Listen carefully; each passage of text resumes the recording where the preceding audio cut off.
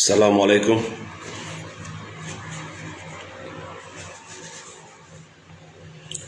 Nauna Selli Thérapie depuis Conakry. Merci Malal Fafaya, bonjour. Meden salmina on nokku ka wondo nga derat naw men andintina on hande kadi den ka derat lofi ya wawu sendo dade yoga e miijoji ko men holi. Bonjour Mamadou Wuri Diallo Heriba Diallo Amadou Wuri Cherno Fulanin Man Diallo. Good morning. Meden salmina on nokku ka wondon ko dum Allah mo hiden ka deral do hande kadi. Bonjour à la famille partout vous êtes dans le monde.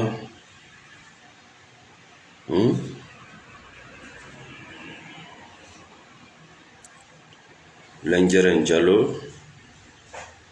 good morning to you too.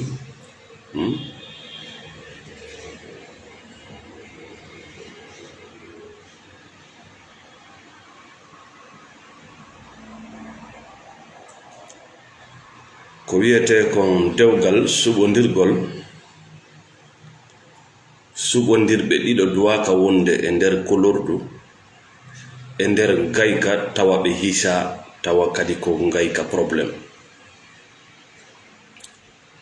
Merci Kankele Fa Babe Ummu Kairisu.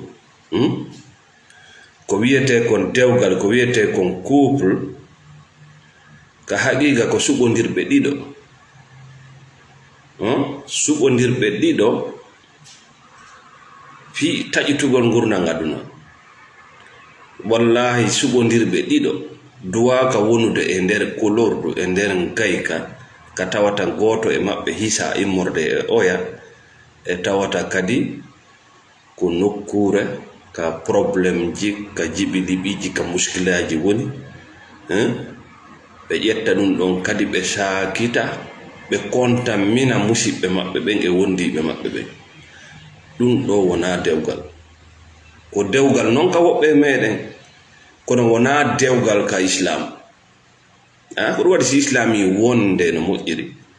si on wondirta no moƴƴiri, seede no moƴƴi, ko jelo seedi e wondiɓe mum ɓen ɓawto ɗum kadi ɓe wonditi. Ko honɗum waɗi si ɓe wonditoyi kono gasa ɓe seedu no moƴƴiri. Ko jelo wondi e wondiɓe mum ɓe wondigal bongal, ngal wondigal bongal hattali hakkunde maɓɓe yehi haka nder famille ji, yehi haka kawte lanci nano e ñaamo. Mais ça c'est pas un mariage, comment dire, le mariage c'est pas la destruction familiale. Seedugol e goɗɗo wona ko boni wona no famirɗen non ma no wi'iraɗen non. Helugol dewgal wona tana, siko tana Allah dagintana. Ko moƴƴere wonande jombidirɓe ɓen ɗiɗo tuma tawi ɓe hewti e alhaali ka tawata goɗɗo e maɓɓe wata supportude oya.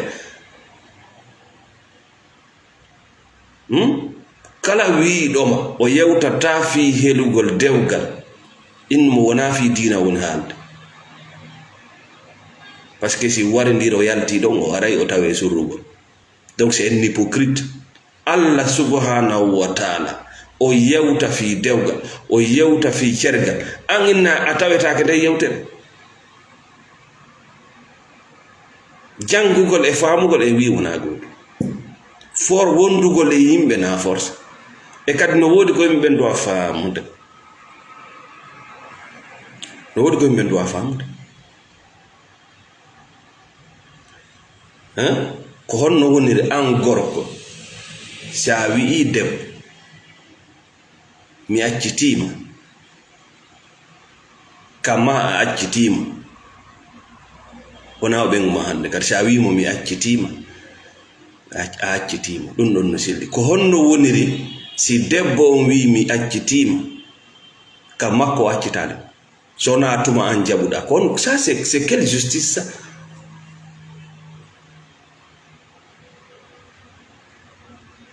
Mi fillito ko honno enen famirɗen ka dewle si gorko wi o acciti debbo cergal ngal laatike haray on sonnajo ɗon no duwa natude edda e nder laaɓanɗe tati e nder ɗen ɗon si tawi gorko nin siti ma si tawi alhaaliji ɗin ɓerɗe ɗen ɗumannike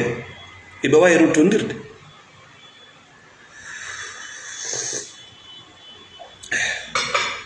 ko honno woniri gorko on si wi'i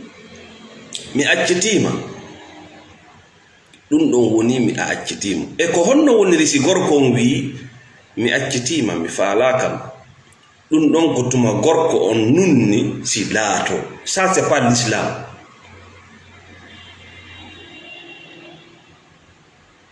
That is not na hay nan ɓattake ay islam. ɗum ko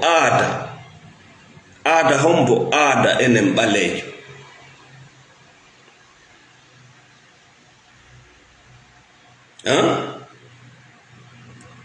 si tawi ko islam no dewgal ngal humirano manto ɗum no dewgal ngal humirano manto ɗum wota yejjuto on point noon c'est un contrat entre toi et ta femme.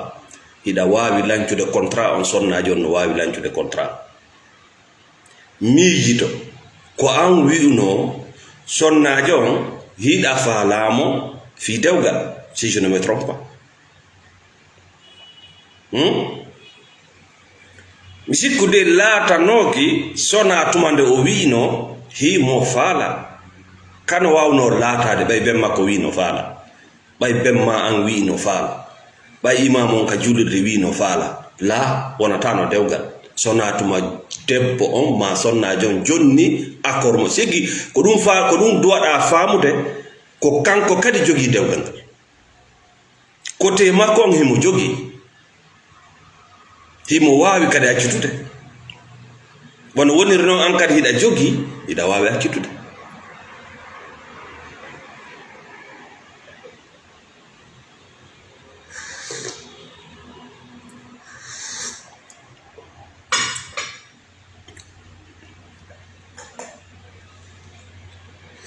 ko wiyete kon dewgal un couple ne doit jamais être un puits d'insécurité et de problème. Un couple ne doit jamais être un puits d'insécurité. ko sonnaɓe jelo woni e dewgal hande ɓe jooɗoraki ɗon parce que ko dewgal c'est parce qu'elles ne sont pas en sécurité. tadi ko kulol joɗɗini o tigi wono kulol jahannama kulol bemmum e yumma mum kulol fi ɓiɓɓe mumɓe gorko joɗɗinɗo debbo sabu kulol on na gorko. Lui c'est un démon, c'est un criminel ça. ko worɓe jelo wondi e sonnajo sabu kulol gorko wonda e sonnajo sabu kulol mawɓe mumɓe sabu kulol ɓiɓɓe mumɓe sabu kulol ɗum e ɗum e ɗum ma sabu kulol basal an a sonnajo si gorko wondiri e ma sabu kulol wona a sonnajo tu es une folle ko a fiituɗo parce que à tout moment o no wawma warde ñande go mo wawi yande dépression ka tawata wata supportude o insécurité ɗo o ƴetta laɓi o yuɓɓa e ma a wi bana adama so hewti ka maadi kala ko wata mo liberde ko ɗum o waɗata. o debbo no wawma warde o gorko no wawma warde mi sikki nden ñande ara cergal ngal laatike ka on winoɗo jooɗotako ka dewgal ete o ara o surre o aray o surre o ara o ƴakka teewu siko ɓenguma warmama o ronamo nde wonno Allah ko hakimu o faalanaka en hewtugol ɗo hay kanko o ɗaɓɓa dewal forcé kanko taguɗo ma on taw o ɗaɓɓaya rewmo yore forcé ko ɗum waɗi o inni jombidirayɓe ɓen ɗiɗo yo suɓodir miɗa faala jombudema mi jaɓi min kadi miɗa faala ko ɗum woni dewgal ta yejjutu kum parti ɗon c'est un contrat bien rempli. joni noon si tawi on wondi an a sonnajo a tawi o gorko ɗo a yiɗamo c'est-à-dire a jabi a andano a ari ka dawgal makko a yidimo e jikkuji tawdi yaada e aqida ma on e philosophie ma on ma andari a tawi wona on classe goto c'est normal ta wona on classe goto hay ka laaɓugol tawana on classe goto a tawi o gorko ɗo o gosotako lototako ittata peɗali dankotako hoore mum anle ko a neɗɗo laaɓuɗo waɗowo ɗin piiji ma ka bange diina juulay kenen juulata ma ka bange dépense ittay kenen ittata ma c'est un irresponsable c'est-à-dire wona neɗɗo ko koto makko woni mo gére ko nene makko woni mo gére ɗum ɗon tunno yoni dalil ya innu mi lanci contrat ko woni tun yo taw hiɗa mari dalil ɓanguɗo harana mafia wona wigol joni goɗɗo no waali leɗe porto on ɗon no faalama donc ya waɗi négociation wayndira oɗa yaɗo sa waɗi ɗum ɗon c'est très dangereux ça c'est une trahison ko jamfa waɗɗa ko yo taw dalil no woodi à l'interne na à l'externe dalil no woodi nder mo tawata sa wondi e makko ñande wa heɓa probléme par ce que sa wondi e mo a yiɗa hay bandi feƴƴendi hakkunde mon ndi tambinta mbiɗa huti on gorko forsowo debbo e daggi mbiɗa hutima jeejowo debbo yon yiido e bandi ma timme dégoûte dans la vie ala ko debbo ɓuri hato jinde mum hewtiti baldi jettidil mi alno secret yan andi ɗum no wo ñande tawi tubma mangala gollude ɓe wawata wonde ɓawma tawa an ko ya jeejumo ko hato jine mum mais tu n'existes pas, tu n'existes pas, il y a quelque chose ko woni wadde kon o yiɗa baldi mandi ɗum ɗo holli o yiɗama an si wona hara himo nawni ma hara mo dépression siko ɗum kadi a faama e ma mais o feññinane baldi ma ndin o yiɗande mais tu continues à venir siɗa signude certificat de décès ma Allah wiyatnama kon no yaaji yimɓe ɓen no ɗuuɗi hiɗa mari catégorie ka nder to hiɗa mari ponture nder aduna mo tagiem hiɗa mari mo yaada no gasa si kanko yiiɗa laaɓal si kanko yiiɗa no wa'irɗa no woodi yiɗirɗo non kanko kadi laaɓuɗo goo no habbimo ko ɗum Allah wi si on serti Allah addanay gooto kala e mum gartoɗo mon ko wonnum ɗum firi c'est parce que hanki jiwon suɓi kema o waɗali enquête investigation mi tañƴini de an kadi a suɓi kema a waɗali enquête investigation a tefat parce que y a pas d'expérience mi sikki kadi mum ɗo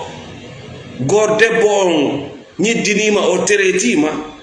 an kadi sonnajo hawrodiri e neɗɗo mo wona classe ma mi sikki deuxiéme candidat ara on a yurntoto moƴƴa si yaha ko ɗum Allah faala e wiwde o addanay gooto kala e moɗon gartojo muɗum andiɗa a adinama no way mo yeehi kaso yalti si tawi Allah no waɗi barke makko o suɓayno o gerta hara o yiltitaaki hara e dewgal wongal e nder ngayka insécurité et probléme ji ko kaso ko kaso un couple ne doit jamais être impur d'insécurité hiɗa ka moodima ma hiɗa wondi e ɓengu ma a hisa mais ça c'est quelque chose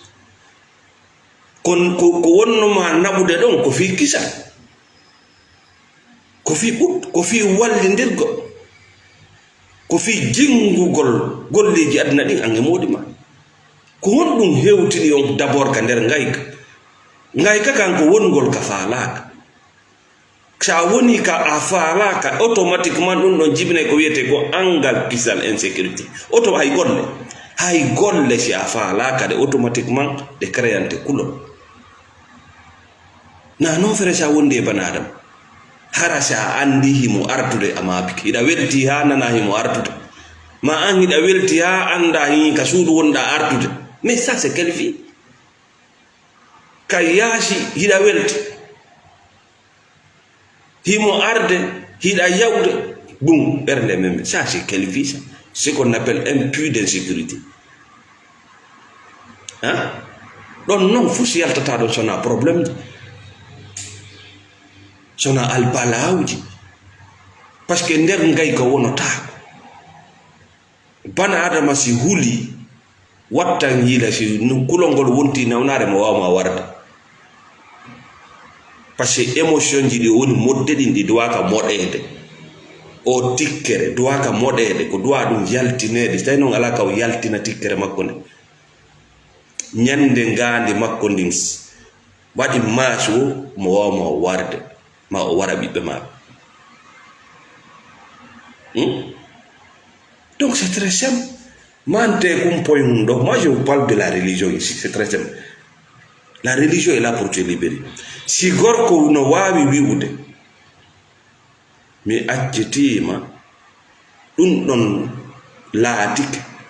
wona a ɓengu makko hande kadi an kadi hiɗa wawi wi'ude mi accetima,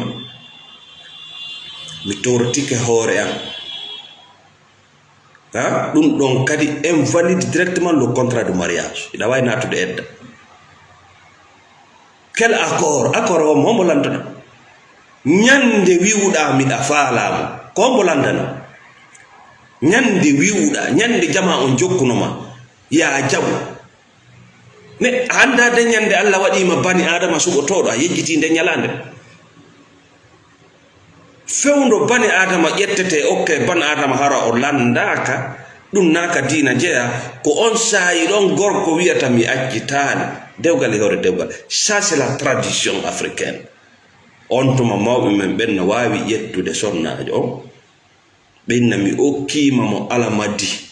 hay satago a ittata. C'est pas l'islam, ça fait partie de notre culture. Ko on saayi ɗon gorko hendoto debbo adinamo no faalira, so arti ka mawɓe makko ɓen kadi adinamo ñawore ala. Ça e sendidira e tradition et religion. La religion c'est l'éveil. Ko waɗi buyno añi islam ɓay ɓe anda islam. Ko ɗum ɓuri hewde gon sa yi goɗɗo no haɓa hunde dartumo moƴƴa, ko majjere makko nden woni feññinde e fe haɓugol hunde. Ko ɓuri hewde kon sa a faami hunde, a andi hunde nde dalle détail, ko soit wonda e mayre ma tertoɗa nde mais a haɓatande. Ko addi galaɗi juragol ko par ce que a anda.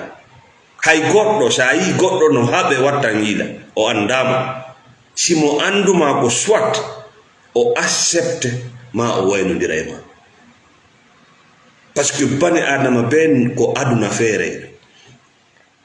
Neɗɗo huuɗaɗo ka hawre leydi ɗo ko wiɗo change yimɓe ɓen ɓe wona no faalira non, on ko huuɗaɗo mo landikema dans la spiritualité, ko hombo woni guddo, ko hombo woni neɗɗo wuddu, ko wiɗo goɗɗo go wuuray no kañum o faalira non. Mais wudduɗo ɓurama. Wuddugol wona añangol goɗɗo tun ko jewɗako, mais wuddugol dans la spiritualité ɓurɗum harmude, ɓurɗum hulɓinade, ko wi'ugol goɗɗo go wuuray an no faaliraɗa non, no wawuɗa wuurde no métti égoïste. mi jiti si otowa otum mi ƴetten otum tosokun kun 4 cylindre, si wi otowal V8 wal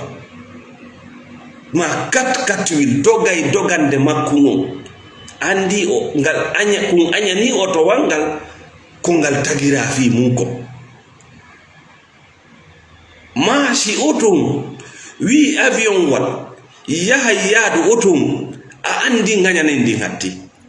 Dans la spiritualité ko salana ko sadi ko wigol goɗɗo wa'ay wa ma. Annabaɓe fof no tongana ɗum ɗo koko mi halanen ɗo, wigol yimɓe ɓen feeway, yimɓe ɓen wa'ay wa maɓɓe. Dieu n'a jamais accepté ça.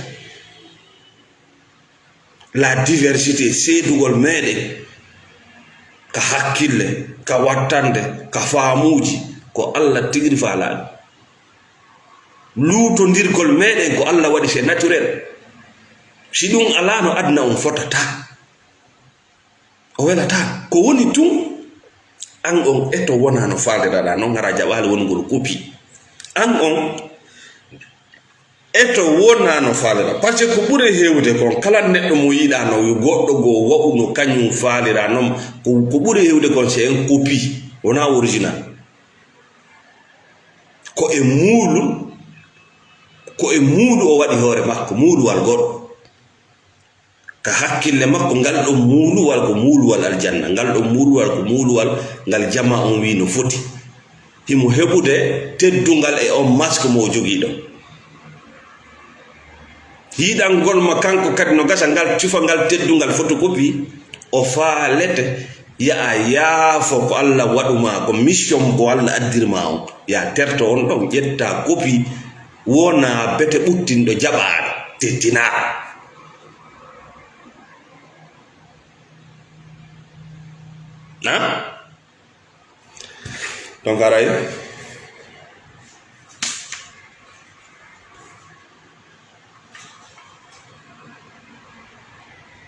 donc aray dewgal hay si tawi ngal wonata parfait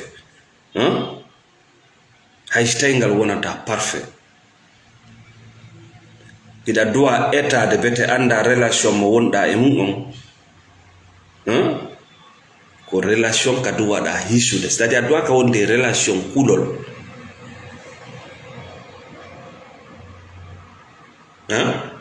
non ay compartirɗo l'insécurité kala mo jombuɗa eto ɗannina insécurité makko woɓɓe iwday e ɗum ka mawɓe maɓɓe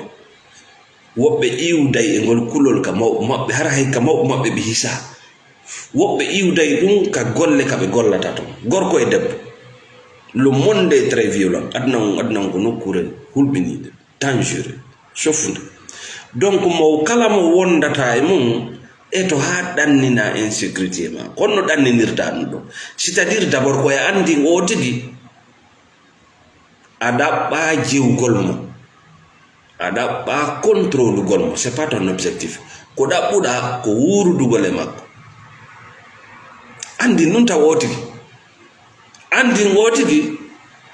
ko o libre wonugol ma yahugol andi mo ɗum andi mala a waɗatamo chantage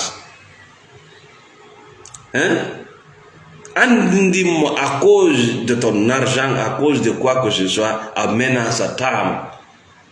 automatiquement sonnajo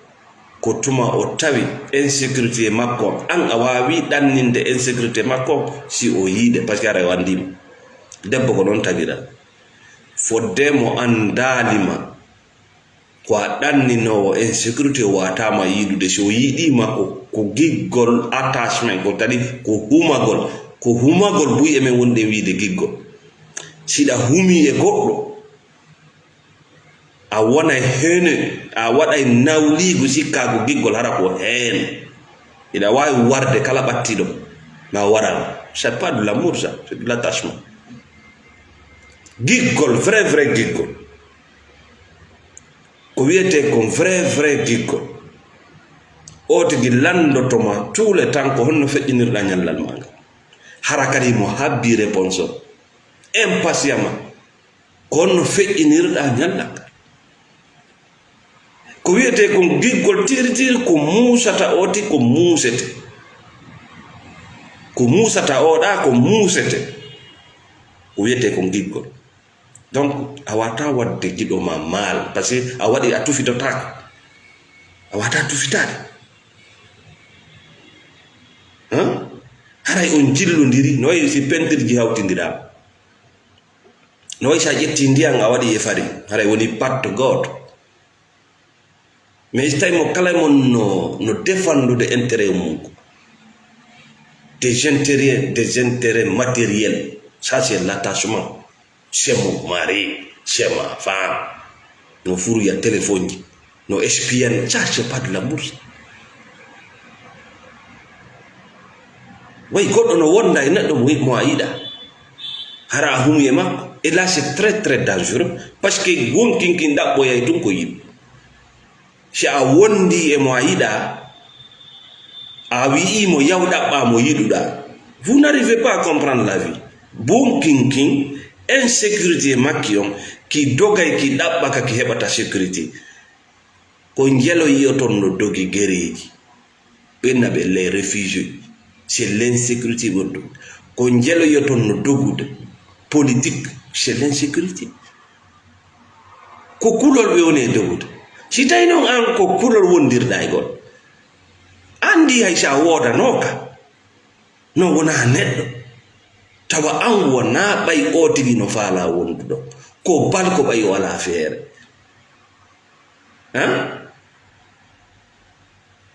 sodu kasange ma on banna ara mi be yangaki toujours banni tordo parce que hidon yirude bande hida nyamre nyamiteji do defi ma nyamiteji di waddi mais ma cher mon frère kon falla sendindire ko wiete giggol e ko wiete humagol sa jombi go debbo ma gorko jombima a inni dum do ko min jeyi a humi e mum no serti ban adama c'est spirituel et corps amma matière ji luttudi buy wono téléphone auto suudu ça c'est de la matière ida jeya o ida jeya no falira da o man mais ban adama na don sa wi a adday mo don o halkete ma halka horema wela jogade parce que kanko mo wawi jalandema harema monanima c'est très dangereux mo wawma wiide o jaɓi hara o jaɓaali ko ɗum waɗiɗa dowa mo jonnutude ko Allah jonnimo ko liberté makko a accay tawa ko a suɓaɗo e nder dewgal ngal si tawi wona a suɓaɗo o heɓuɗa o kan ɗaɓɓe no metti yewtude noon te sikkuno ɗon dewle ko ɓiɓɓe ɗum sa heɓani goɗɗo a jeyimo ma si goɗɗo heɓanima a jeyimo no à la fin a anda il faut sa jogaki hiɗen sikkure dewgal ko ɗen goreje hiɗen sikkure dewgal ko musidanga fo andi ko sema fa non dewgal ngal ko an e makko donc vous devez faire le travail ma mo kala mon doit contribuer pour ne pas perdre son partenaire ko ɗum waɗi si Allah acci dambugal yattirgal ko fiya andu si a gollali mo yahay e si tawi non ngal dambugal ko gorko jonna kileo ma debbo no jogi kileo mais so warima nder to wona dabbi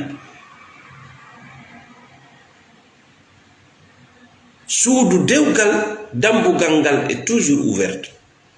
pour l'homme et pour la femme wota on fermu ngal ba accungal udditi ɗum no wawi puusude gorko on de prendre soin de sa femme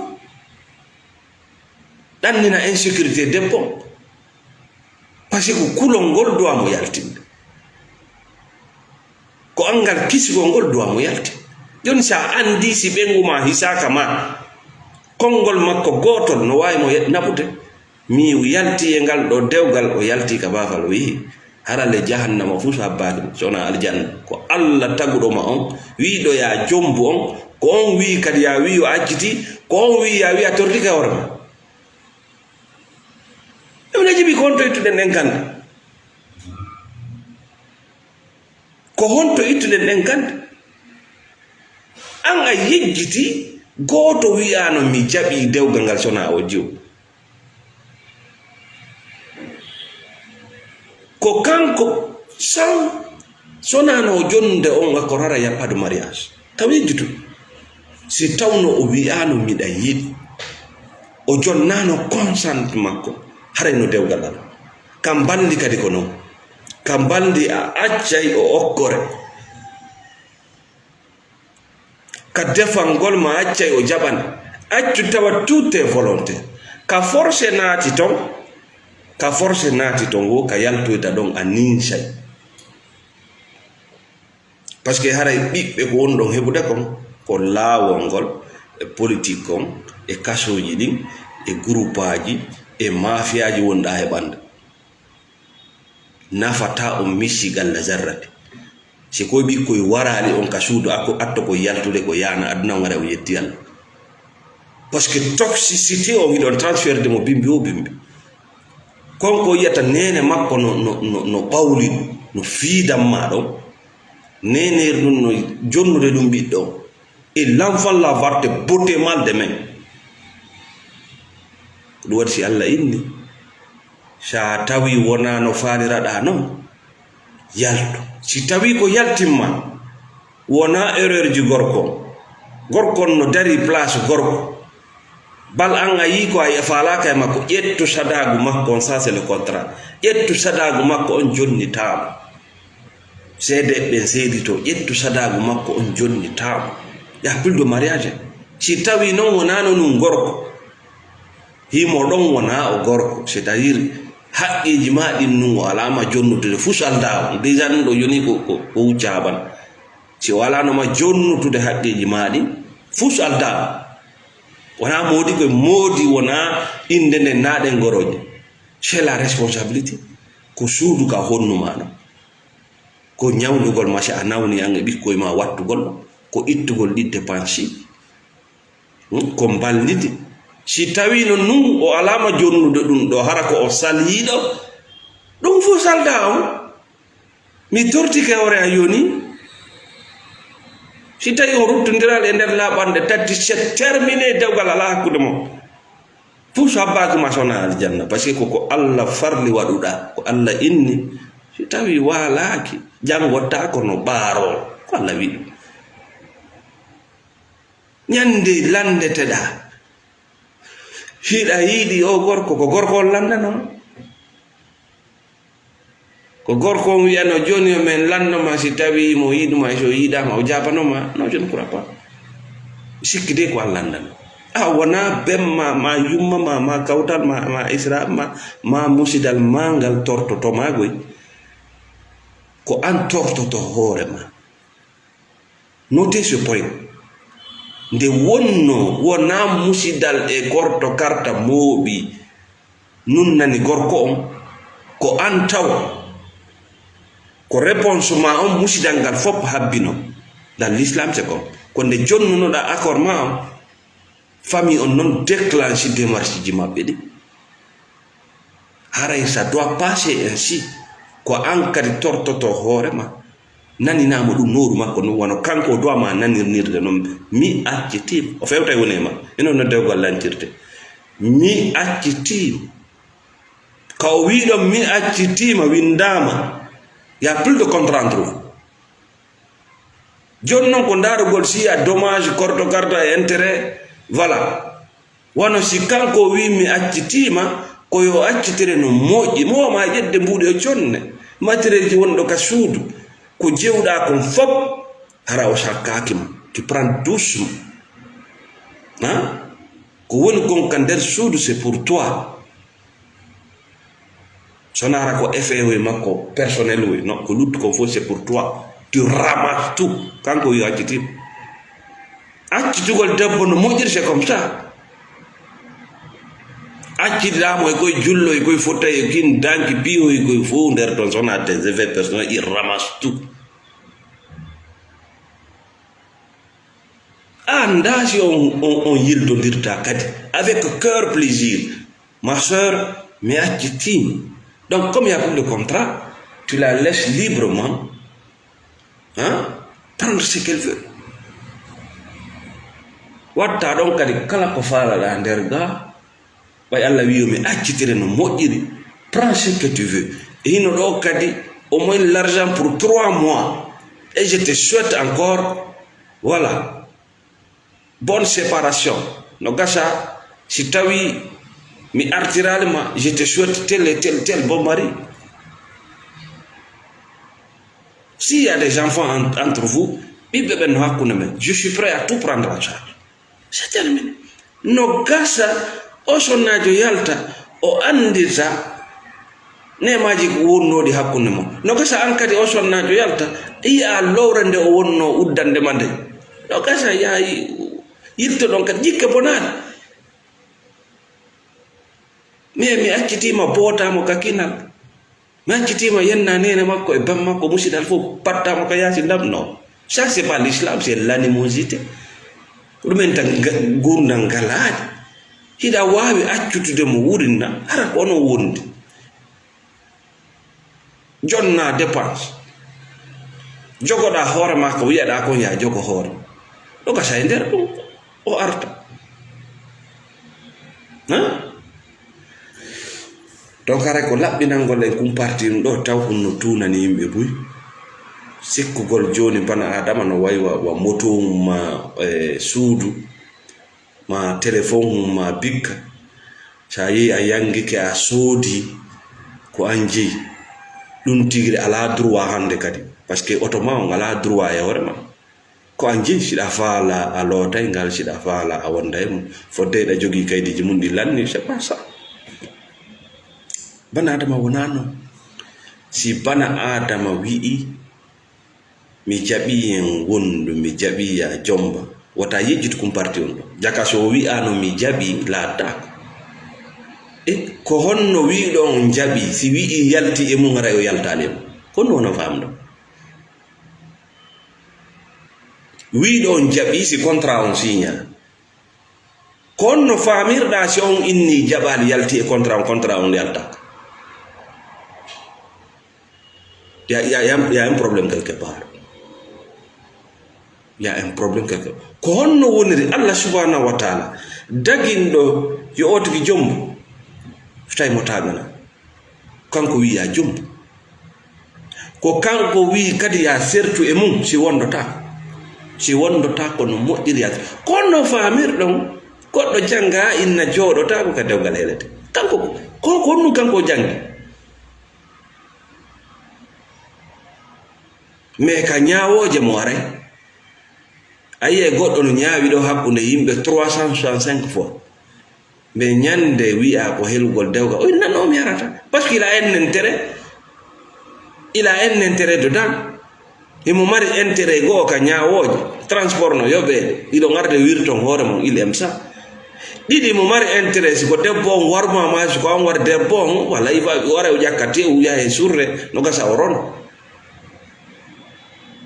so parce qu'il a un intérêt imo mari intérêt ko wirtotoɗo ñande jooɗoɗo ñaawoje ça lui plaît mais lorsqu'on parle de la séparation il appuie le monsieur o yaraka gorko ko ɗon nanata inde jahannama hawiya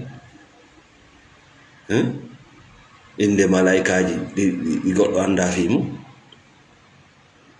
ko ɗon nanata hadisaji ɗi nelaɗo fillaki ha hande Allah subhanahu wa ta'ala o dagina dewgal o dagina sertigal an heɓa ellay ɗum kono wirta ellay ɗum ino woodi yimɓe ɓe wata wondude c'est naturel no woodi yimɓe ɓe wata wondude mi allan ɗo hunde wotere no woodi yimɓe ɓe wata wondude c'est naturel ɓe wata wondude fes fiw ko ɗum waɗi ka jiwɓe ɓe wiyete yo jiwɓe ɓen jogo hoore mum haa ɓe jombe par ce que si jiwo andi gorko o hawrodiri e gorko go'o gorko on no laaɓi himo fini mo wawi jalnude debbo mo wawi hoynde ɗaɗi mo wawi urnade parfait si o andi sifa on gorko o ɗaɓɓay on so heɓali on o ɗaɓɓay on ko wati ɓen no jiwɓen jogo hoore mum ha jombe wona fi ƴiƴande Allah ɗaɓɓa ƴiƴan landaka fi ƴiƴan wonugol vierge ko tawata anda gorko bo tawata gorko mo attoto andude ko ngal muuluwal ɗon o andi si ko ngal muuluwal ɗon o andi ko hunde wotere suɓagol ala kono o andino goɗɗum o ari o yi goɗɗum ko tawata hewta on derja ɗon nambara ari no wayi si debbo patron jo jombi debbo marɗo jawdi si jombi debbo rento e on si ɓe seedi e mese ko anduno ko on seeda e o ɗaɓɓoyay ɗin dépense ji jani ɗin parfum ji satta piriji ɗen cabuna satta piriji on luxe ko ɓandu nu anduno kon si tawi a hewta on degré on VIP o yaltay si o yaltali o puusete o wukke nambaraji ɗin mbuuɗi kadi heɓoto o kadi heɓoto o puusete ukkoɗon e ñamale probléme ji e kasuji o wifay gurdam maɗa ɗum yiyata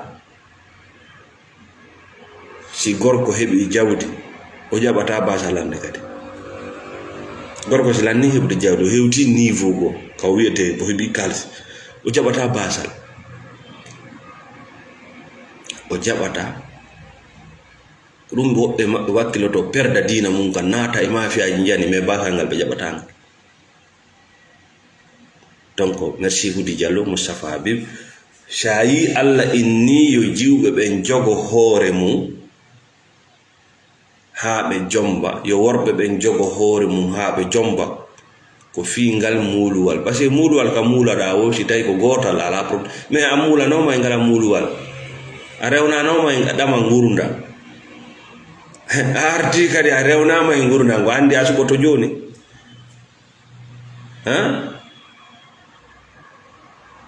a suɓoto joni a yi debbo nene he ɗum ɗo no fanɗi o andi no ɗum ɗan jandi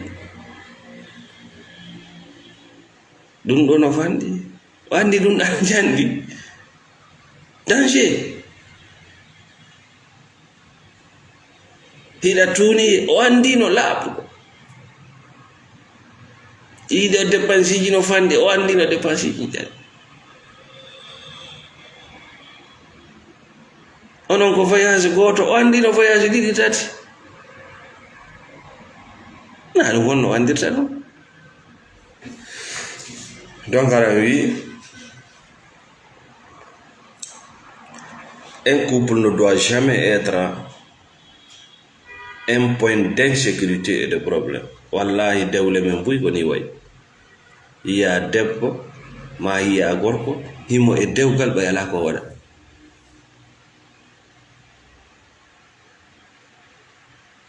ala ko waɗa an gorko anda debbo ma on no ɗo ɓay ala ko waɗa an debbo anda o gorko iɗa wonde makko ɓay ala ko waɗa ni ko haɗi sooda kasange adda waɗa ka valise ma humpita yimɓe ɓen en cas de problème do e affaire kasange on ta goɗɗo soñi parce que tout tari va te détruire ko si ko wonki makin o yeɓata ma jawdi ma ndi ma goɗɗum ngo ɗo ma cellal ma kadi va te détruire. Non mi hoolaki a wonday e boddi ka nder suudu ma mi hoolaki ɗum awa gaño ko boddi mi fillito mi hoolaki a wonday e boddi ka nder suudu ma e nder suudu woturu ko honno no wondirta e une personne toxique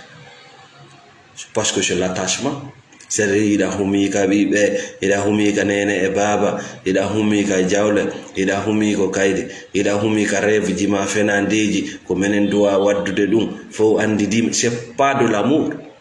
c'est l'attachement yiɗa humi e goɗɗum quoi yiɗa wi ko ɗum ɗon woni giggol na ko ɗum waɗi si tawi o tigi wi seeda e ma o tigi a wi a seeda e o tigi miijoɗananamo kisan accident ji mayugol hawrugol e debbo tufowomo andi wonano giggol giggol jibinta ngaygo ko fenade siɗa yiɗi a protégé hay si a seedi o tigi hara a yiɗanamo probléme parce que a yiɗa yiɗi mais si a geri ha a lutodiri a wopidiri giggol e humagol danger parce que o humagol ko ɗum addata jalousie feetere jalousie jibina hen jibina toxicité a woni ñannejo a woni vrai ñanne hande kadi kala ko yiɗa no taro o exactement ko a ƴettu laɓi tufa ɗum tigi sa heɓani feere tufugol ko woni tarade o tigi kon a tufay mo kanko tigi yalanoɗamo accident ji bonni yalanoɗamo no ko honno woniri an eɗa yiɗnowo miijiti ɗum par ce que ko hunde nde a wata wadde hoore kono hunde nde a miiɗi ko honno no mi yanguike min waɗiɗi c'est faux la porte est toujours ouverte ko an suɓi ɗen lette ko an suɓi ki yangi dambugal ngal on mbaki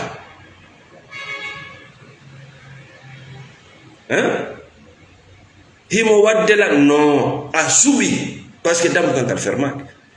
si tawi hiɗa wiyano ko dewgal e hoore dewgal ko jahannama ko kuddi malaika min namna selli mi innima fuu ko beppale Allah wiiɗo ya jombu ya jombe kon inni ya accuto ya torto hoore ma goɗɗo landetake ɗum ko an c'est ce qu'on appelle décision personnelle ko ɗum humuno dewgal ngal ko ɗum kadi firtata ngal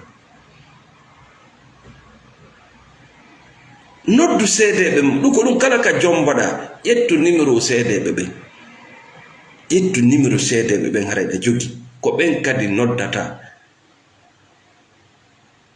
ila hande mi acciti kaari fes ila hande min e kayre men waynodiri mi tortike hoore mi naati edda fo sala yeeso to o wingiri wangara ko wonda bo ko beppale ko haala wi c'est la manipulation c'est Dieu qui dit ça clairement wonde no moƴƴiri so wondata no moƴƴiri certe no moƴƴiri ko probléme joni hewtinɗa musidɓe mum ɓe hande ɓe duwano ko haɓude hande no haaɓi fi hon ɗum on wondata no moƴƴiri on sertata ɓe duwano ko haɓude hande no haaɓi joni fuɗɗike tun a yii wona no faaliraɗa noon a yii ko ari kon na ko faalaɗa a yii ko jombuma kon wona ko faalaɗa he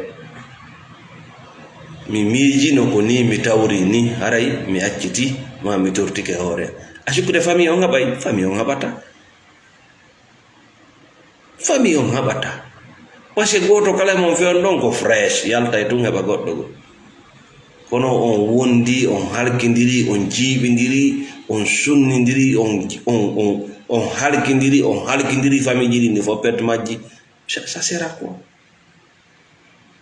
ça sert à quoi Allah wi wonde no moƴƴi le point là c'est très important no way entre toi et tes travailleurs golloɓe maɓɓe il a le droit de démissionner est ce que amiɗa mari droit wigol non lettre ma démission o mi signatama non mais ko bani adam ñande recruté tama jonnomo kaydi on appelle ça le papier de contrat wiɗa signe si contrat on lanni wenni min mi aali o société maɗo ko nafimmi donc je démissionne ina wawi wi ko ɗon mi jaɓali démission makko on kono wiɗa on ɗon wona on neɗɗo c'est ta voiture alors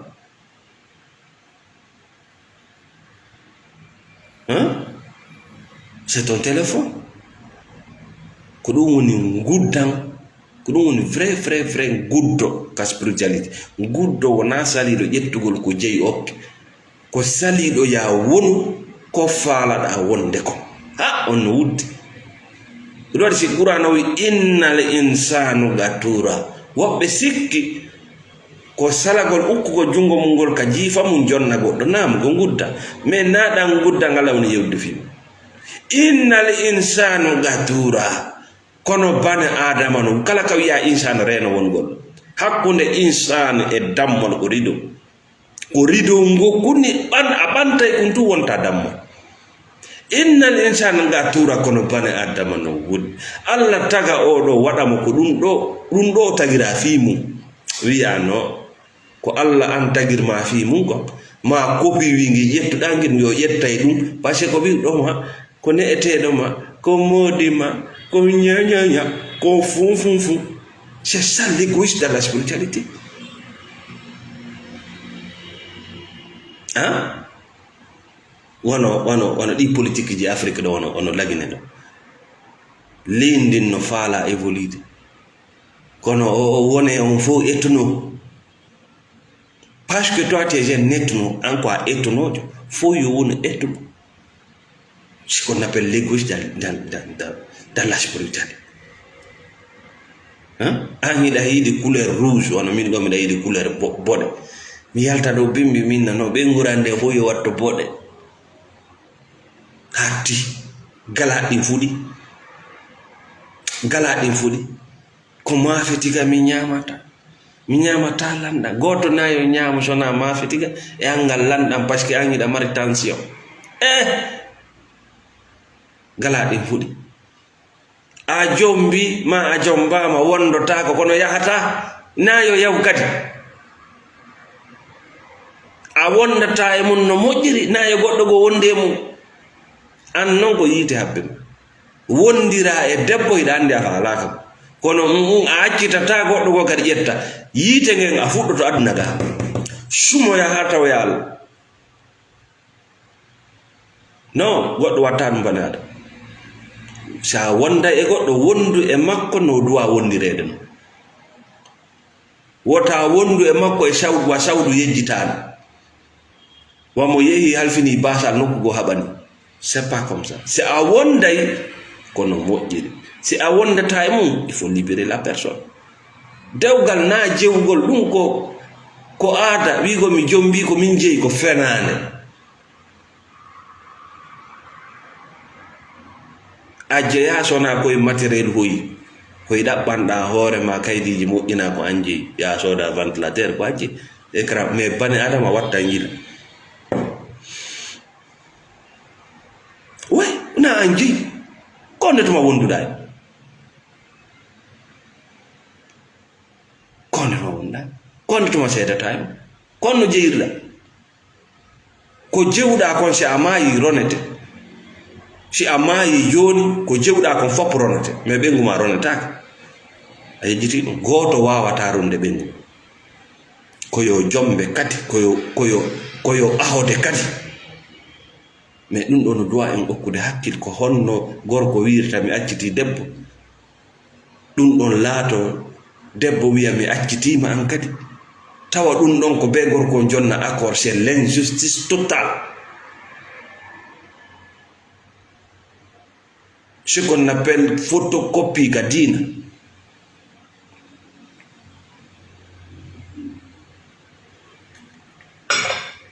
no mari hikma ko non hikma on si gorko andi kongol makko gotol mi accitima no accita debbo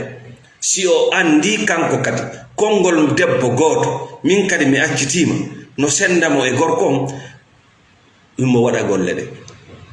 no adda ha o waɗa golle ɗe gorele buy hande no cati e lettugol e angal darnagol haqqeji suddi ɗon ko hoolagol no waɗaka hoore debbo aljanna debbo on ko kanko no waɗaka hoore makko dewgal e hoore deggal ko jahannam no waɗaka hoore makko si o jombi o jeeyi ko ɗum woni o maltraitance ko ɗum woni yawgol wona duuɓi 5 6 hara ɓengu mum no waali ɗo par ce que no hooli si accitali yahata donc y a plus d'effort ko ɗum woni ñanne yagal e dewgal c'est la sorcellerie ça way ça c'est la parce que yiɗa ñaamude tanji makko ɗi tu consommes l'énergie de l'autre tu détruis sa vie iɗon ɗaɓɓude ñanne wata yawyida e nama e ndure ñanne koko ñamata tan ma on jawdi ma ndi jamanu ma on ça peut être ton mari ta femme donc ça hande ko debbo go waɗa wondude mais à cause de tes conneries de croyances maintenant tu vis avec des démons no gasa hande ko gorko go waɗa wondude mais à cause de ces croyances de démons hein, tu es là en train de souffrir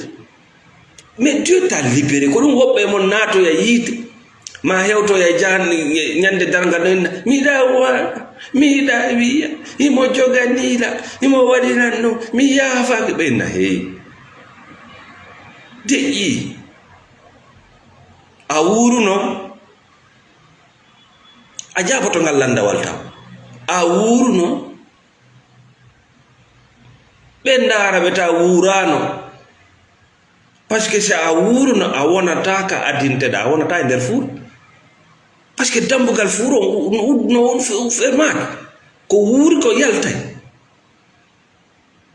ko ɗum waɗi sa naadi pattuwal farine pattu piyaɗo e nder fuuro o yaltata parce que wona ko wuuri ƴettu gerto kum bugoɗa kum ka hundugo dambugal fu pour kum yaltay kum etoto dow yaltugo parce que wonkinno e makkum ɓe landotoma a wurno nene tawi a wurano naɓe mo jana ko ɗum naɗum o naafi awaɗari ɗum na ɗum on to deman si tu vivais. Tu ne vivais pas parce que Allah no tagir ma fi goɗɗo. Allah addirali maka adna ɗo par hasard.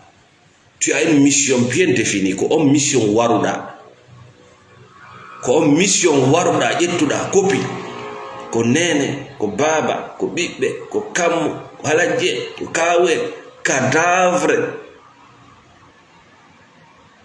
an a tawa ka adna ɗo ko ɗum woni faale ma o an ala.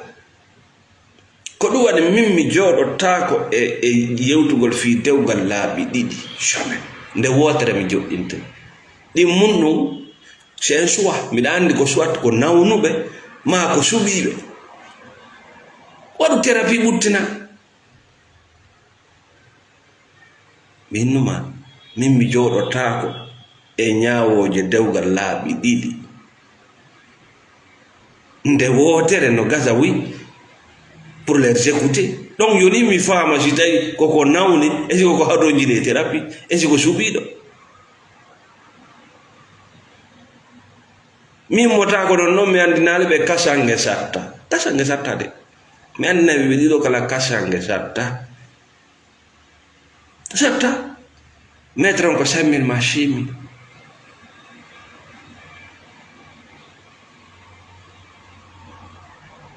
E ida wonde nder suudu woto neɗɗo ma wawata gérer de conflit. Probléme mo on wata mo gérde ka nder suudu no wonduɓe ɓe haɓa kene ɓe ɓe luudodira. Mais si tawi ɓe wawata jooɗade ɓe yewta ɓe communique mo kala anda ko honto poñji ɗin woni ɓe lanna han ko yo Nations Unies aro. Là y a un problème, y a un problème. C'est que bafangal no fermi, bafangal no fermi. Bafangal Allah udditani ɓe ngal goɗɗo e maɓɓe no fermi ngal ma musidal ngal no fermi ngal ko ɗum ɓe famano. Anani goɗɗo nenna ko moodi a sikkay ko ko jeyi.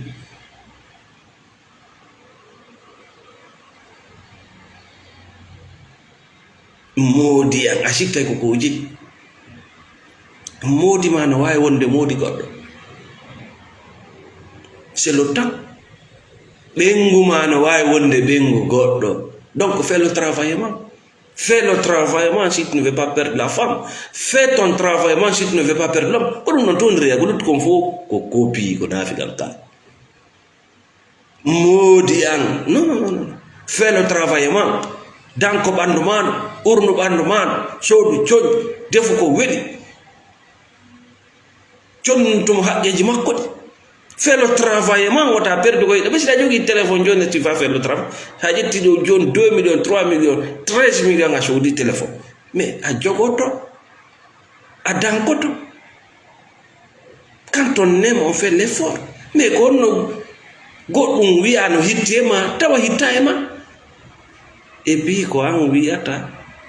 yaltata ha ka yehiwa dagadi hawra dewa ayali taw ayali hunde taw ayi Facebook kanko e modi makko waɗi photoji sintere yurmende. La vie c'est comme ça. Jawra ɗon tewgal e hoore tewgal ka o wi ɗon mi tortike hoore am. C'est écrit, le contrat est déchiré. Joni noon ko darugol ko hombo e mon joganiyo en.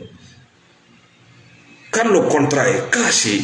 hakkundeji mum on ɓe daara on. Sa yi a ƴetti mbuɗi ka banque, y a un contrat entre toi et le banque. Sa yi a gollidi e partenaire, y a un contrat entre vous. Joni noon si contrat o moƴƴali ko darugol ko hombo jogani goɗɗo. Si ko debbo on jontimo sadagu makko, si ko gorko on acci o moɓa o haɓan, terminé. Ko ɗon sertugol no moƴƴi. Ndeɗa serta e bana adama wattan yiila wona e suudu ma nde wonɗa sertudemo, wona oto ma o wonɗa sertudemo. Ɗiɗo fof ko am innata mi jaɓi suudu an ndun yo ndu yeeye. yo ndu yaha goɗɗo go mi jaɓi oto an on yo yaha goɗɗo go mi jaɓi leydi ndi mi soodi ndin yo yaha goɗɗo go mi jaɓi coñci ɗi mi soodi ɗin yo yaha goɗɗo go mais siko bani adama watta yila bani adama on ko ɗum waɗi si Allah inni men teddinimo ko parce que mo mari suɓagol ko parce que mo mari droit suɓagol on droit mo o jonnita suɓagol ɗon himo mari kadi suɓagol sertugol em watta ñila ɗo moƴƴa argol ma ɗon inna ko be landeɗa a woni yedduɗo a yeddi ka Allah ko a yedduɗo si winnama noon ka Allah ko a yedduɗo yedduɗo ko non ka Allah ko kufar raɓɓinina yeddu ko kufar Allah inna mi dagini cergal wiya nga watta kono won a julande ko duwaɗa andude d'accord mi jaɓi waynodirgol men ngol mais miɗa faala andude ko hun ɗum waɗi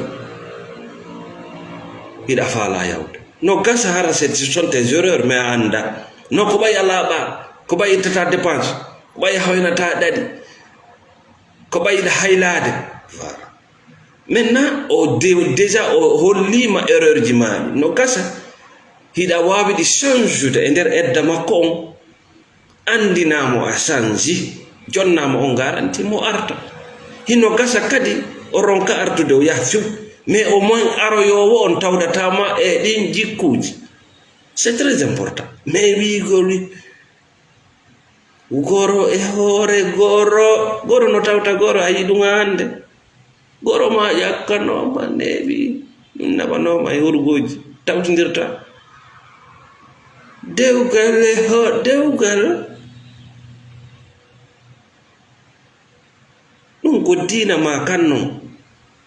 ko dina kremkoɓe ma ɓen non na dina rabbu samawati wal ardi on tawɗo o forsatama hayya juuɗo la ikra fi din e Allah no yurme la ikra fi din forcé ala ka din e miɗa jiɓi ko honno bana adama forsirta bana adama kono bonni ɗe leyɗele Afrique ɗo ko lankoy koy ko fuufa fuwoy c'est à dire noko yirta aduna on non ɓe faala leydi ndin fof yo yiyir non aduna o hiɓe jaasi e vision lamɓe Afrique ɓe ko jaasi kon fof ko aduna ɗo yiyande ko lanɗo ɓaleejo parce qu'il n'accepte pas la diversité kala neɗɗo tawɗo jaɓata lutodiral jaɓata sertugol e noone ɗum ɗo no ga wona fi an hiɗa yiide démocratie nawna sirno doyde démocratie wona fima an la démocratie la bonne gouvernance nawna selli no gasa ka kenen c'est la mauvaise gouvernance woni yiwde ɓay noon an no gasa gala ɗin ko ga la démocratie le droit de Allah ña no accepte la diversité accepte an yimɓe ɓe lutodir e yiideji e leñol mais ko kafu ɗon kon continue si tawi koko yaada tawi ko yaadata waynodira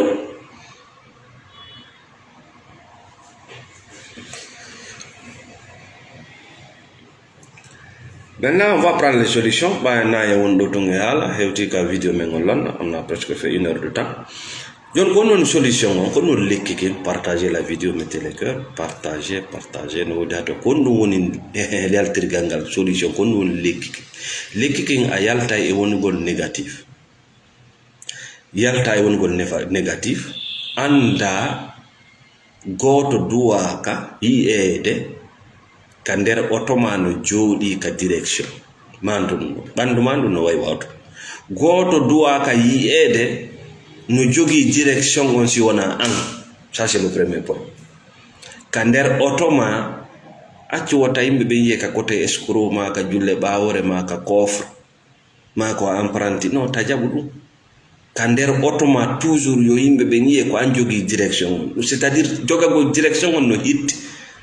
parce que ida andi ka duwaɗa yawde to donc siɗa jogii direction on a naɓay ngal ha ɗon hay si walanaki yimɓe ɓen mais an no walanima no moƴƴanma wota ɗaɓɓu yo walano goɗɗo par ce que wona kamɓe woni yawde wona kamɓe watti paɗe maɗen ekkite dogingol otoje monɗe nene wi baba wi kaw wi gonno wiwɗa si a yaadi ɗum lakara naata yiite mi fillitanoma a yaadi e laakara kanama kawi Amérique wi a wampis ko yiita yahata ndeɗa yaha laakara hewtugol ma ɓenna he grand jo ngari de kankon doginde oto makko ngal Allah inna naademo aljanna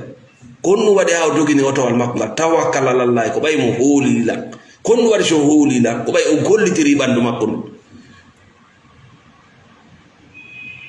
kono sa yeyagira ko ɓeyɗaari mi wuura ɗoɗaari mi wuura ko fiyo mi letti ko mi jahannama mi huɗuno mi accimo sayna ɓenna ɓay o sayima aduna a ardi ga e sayede ɓe men saye koko arduɗa mum kommen jonna e ma la loi d'attraction. Donc harayin dalla thérapie e nder thérapie no mari balɗe fi changugol jikku balɗeji ɗa dowa ƴettude balɗe ɗaɗa dow ƴettude ñalaɗe fi ya waw changude du négatif au positif accita ko soɓi kon yaha e ko laaɓi kon honno fuɗɗortoɗa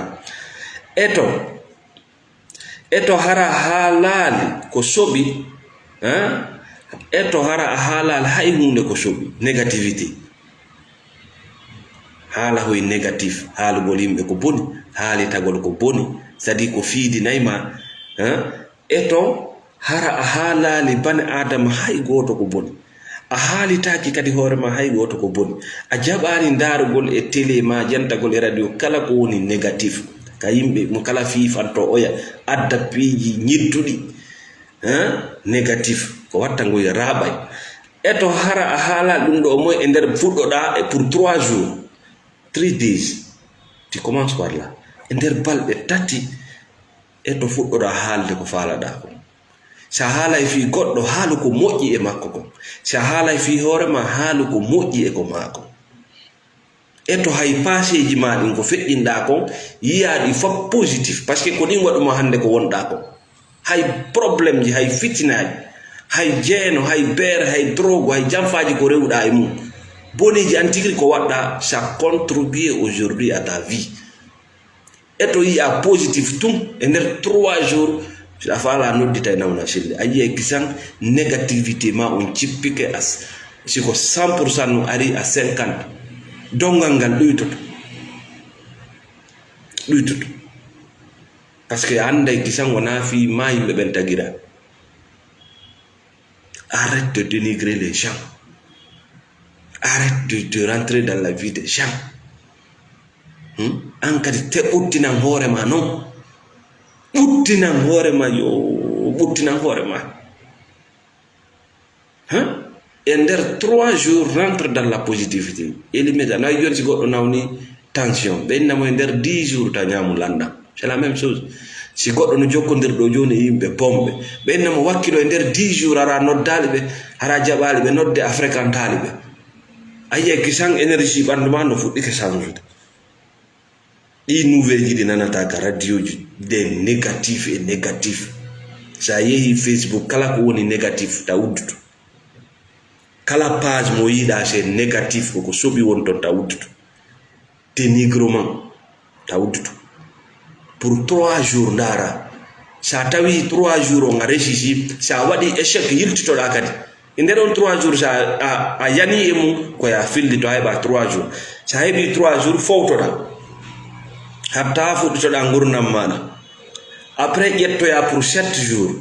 wona ya iwoy 3 jours ya 7 jours a wawoyta après les 3 jours tu recommences ta vie naturellement wonnoɗa e mum tu peux parler des gens tu peux rentrer après a yiwe sans différence parce que oya 3 jours tu étais en paix a fuɗɗike yide soña après tu prends pour 7 jours 7 jours de concentration sans négativité non hay yiɗa politicien joka haalita udduto hay a nani politique hunde kaari wawa concentrade an yiya positif on e mum toi tu continues toujours à voir le positif parce que wona ko fewti en woni en soñjude koko fewta en hande essaye e nder ɗin piiji ɗon yiya positif on ta jaɓu yigol négatif hay nanɗa politicien jo warama yi positif o warama ko ɓuttu voilà tu apprendre à voir le positif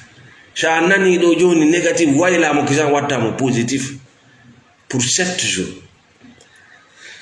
Après les 7 jours, tu arrêtes, tu recommences ta vie de merde. Ayu ekishan dongingi.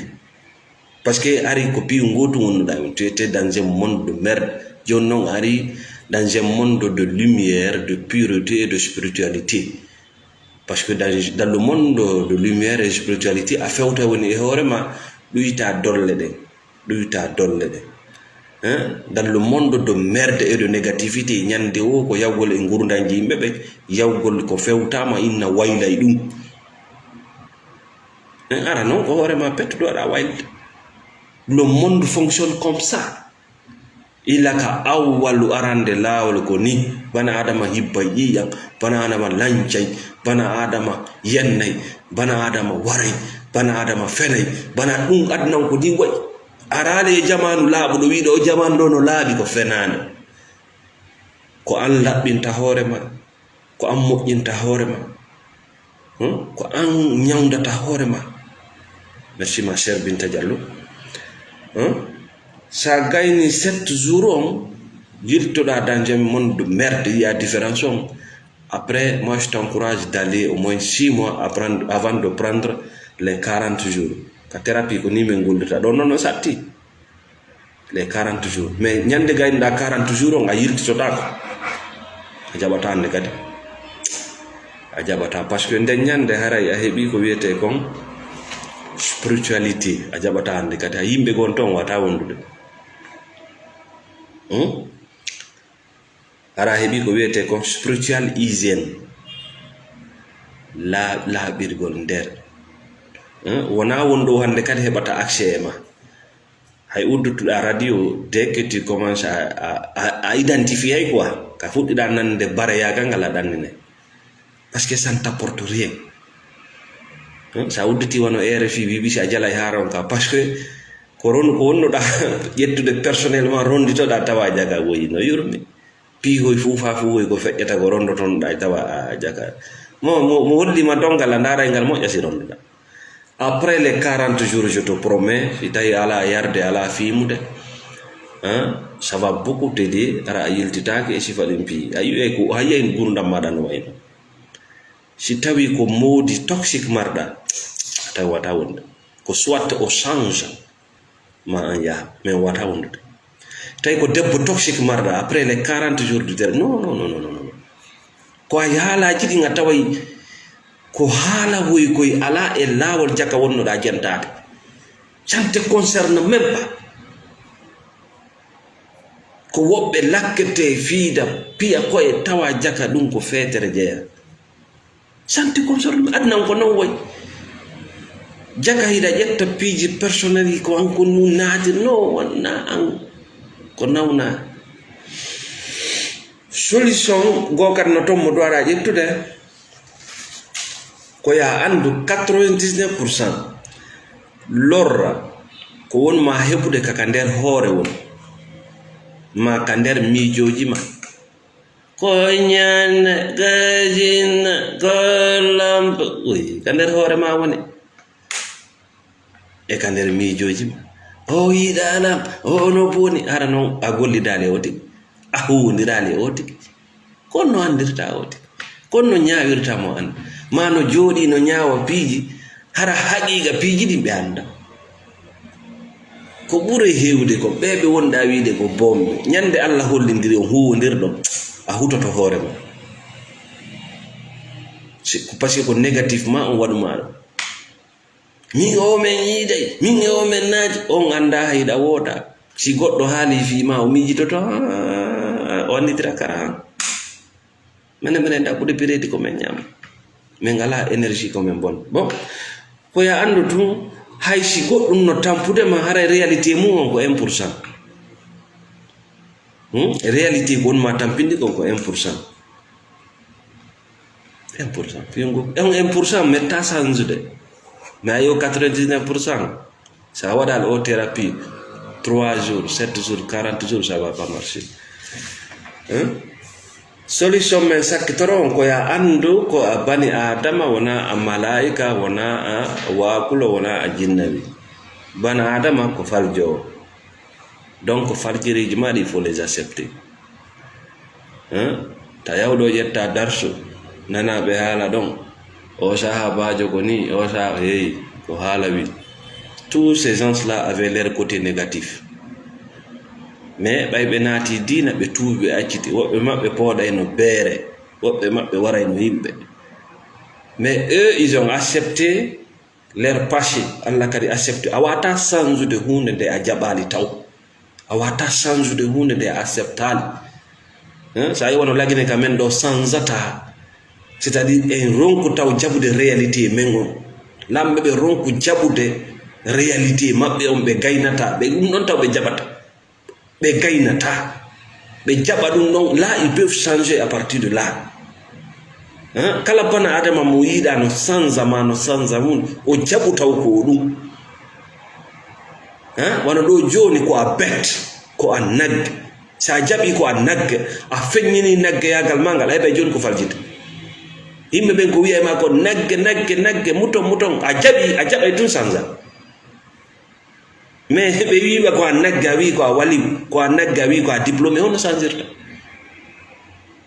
Si yimɓe ɓe wiɓa ko a fenowo a jaɓay tun ko a fenowo a sanji, par ce que jaɓingol ma ko a fenowo a naɓani message hakkille ma ɗo, ye jaka komi fenowo fenande moƴƴa, donc a sanza. Mais sa wi ko a affaire man ara heɗa. On ne peut pas changer ce qu'on n'a pas accepté. Buye mon no sonji e tewle ko réalité on salida.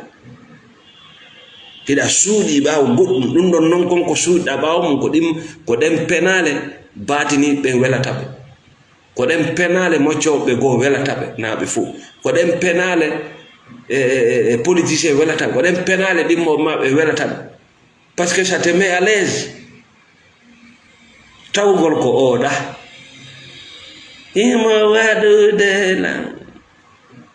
andu noon film, kala ka yiɗa film andu acteur no toon bandi chef no toon,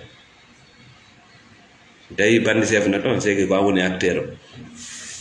Donc andu ko a bani adama, sa andi ko a bani adama ko hon ɗum ko fal jowo. Donc accepte tes erreurs, wota hersir ɗum hande kadi kono ta naati noon e sifanagol yimɓe erreur ji maɗi. Mais il faut les accepter. Tu les acceptes pourquoi? Pour changer. Buye mon no sanzata parce que vous ne voulez pas les accepter. Ko ɗum waɗi siɗi artude ɗi artay. C'est comme ça la vie. Tant que a jaɓali artay, hiɗa yawa jaɓu ɗum hiɗi ko a hiɗa yawni ko valeur ma on non ko yawede, automatiquement tu vas changer. Sa jaɓali artay fodde a jaɓali ça revient ha ñande may. Jaɓu ñalaɗe goo no ton ko ñalaɗe bonde, wayi ñalaɗe goo ton aray ça ne va pas moralement on no jippi, accepte ça. Wona fi tu a ça hiɗa mari jawdi ma a waɗi thérapie hiɗa jangi hiɗa mari diplôme a daɗata ɗum ɗon. Ñalaɗe goo aray ton tawa hiɗa haaɗi jaɓu ɗum ko non aduna o waɗi, ko ɗum waɗuma ko ɗum ɗon no holligo hiɗa wuuri. Jaɓu way relation ji goo no ton ɗi newaki, way wona fo fottata e mum ta no newi, ka golle ka wondigal ka suudu, relation ji goo no ton tellement difficile. Yimɓe goo no ton ko e maɓɓe ɗen no way wakkaaje ɓen kadi Allah hawrindinayi on. Mais il faut gérer ko ya jaɓu ko ɗum waɗuma banadama, ne pète pas plomb, n'abandonne pas. Goɗɗo famata ko anda. Jaɓu so andeji maɗin kenen a wataɗi contrôle de way des fois tu vas péter plomb son ka kenen yenna, accepte tout ça, c'est la vie. Mais après il faut te retrouver et gérer la situation. Perdi jaɓu perdi ko heɓowo perdata, anani kaari perdi o heɓu kenen jaɓu perdi. La vie c'est ça, a frappi fi am hiɗa frappande wadre ko ɗum woni gi haala wi ɓe jattila ɓe dayinira poroto. An ko jelo wonɗa frappude pendant 20 ans 30 ans, iɗa wadde maayi yimɓe. Le monde c'est la mafia, na mafia jokkuɗa. Iɗa andi no wonɗa gollirde no iɗa andi, ti kone e fi goɗɗo no frappima hande ko ɗum woni gi Sonko wi adnan fof anday. Ko be andina adnan fof Allah no surruma kori wattan wifa. Sa yi da wayini ko boneji ma ɗin Allah suru ka bane adam nan. ko taw wi woɓɓe sikkonki ɓe laaɓi seki kamɓe Allah no surri ɓe ko fof no ñande noon kon sutura o banti.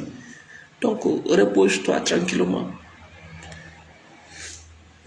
change gol miijoji ko banadama kenen tu peux changer buya mon ken no sali change gol miijo mais andati ko contrat social on to signoy ɗon ɗum kono e homɓe signiti ɗum. Vous ne voulez pas changer de pensée. Bani adama no doit évoluer, no doit changer de quoi neɗɗo hoɓoy hanki hariɗa fewti funnange ta fini bimbi tawi adnamo non fewtigol funnange ça paye pas fewtu hirnange. Il faut savoir s'adapter. Il faut savoir s'adapter. Mais j'ai non comme menen woni malaika comme menen woni yimɓe aljanna comme menen woni kammuyan a gaynade ɓaya wurtaka leydi ananta ɓe naka leydi wontaka kammuyatako. Il faut s'adapter. Comme l'anima ya ka kammu sa fokkiti ka kammu ta naɓornaw na selle menen ɗo kenen no ara hutoɗa hoorema c'est ça la vie. Kenen yaha inna merde ngi kulli husngi gaynta, c'est normal, c'est l'être humain. Mais ta ɗum waɗu ha décourage oɗa taƴoɗa jikke miijoɗa fi wartagol, c'est pas mal. Kenen no ara tawa be landoɗa ballal wona lo'ere wayi l'arrière des moments tawa antum wawata ida way nodde goɗɗo landoɗamo ballal, c'est important. Faut appeler nawnacheli thérapie. Il y a de ces situations on est ignorant dans plusieurs domaines ka yiyete ngen ɗo ta sikkuyiɗe gandi piijigon ton hunde ganda e majji landagol ballal kenen wona loyre ko neɗɗan kako. Donc haray merci Tidiane Ba, merci Ba Guinée, merci John Barki Soya. Haray meɗen salmina on nokku ko on ɗon e waɗi 1h18 sur cette page. Kala wonɓe suttende oɗo page wontira men États-Unis, Pam Mamadou New York City, Thierno Diallo, Madame Sedi, Monsieur Salut depuis la France, Dansoko Mamadou Siri depuis l'Angola, le poste de Remia, Malal Fafaya Diallo, merci beaucoup. Korka Bressa Diallo, kala wontira men la Guinée, kala wontira men Liberia, 17th Street, menen salmina on, Caleb Street, Benjamin Street. Assalamu alaikum wa rahmatullah.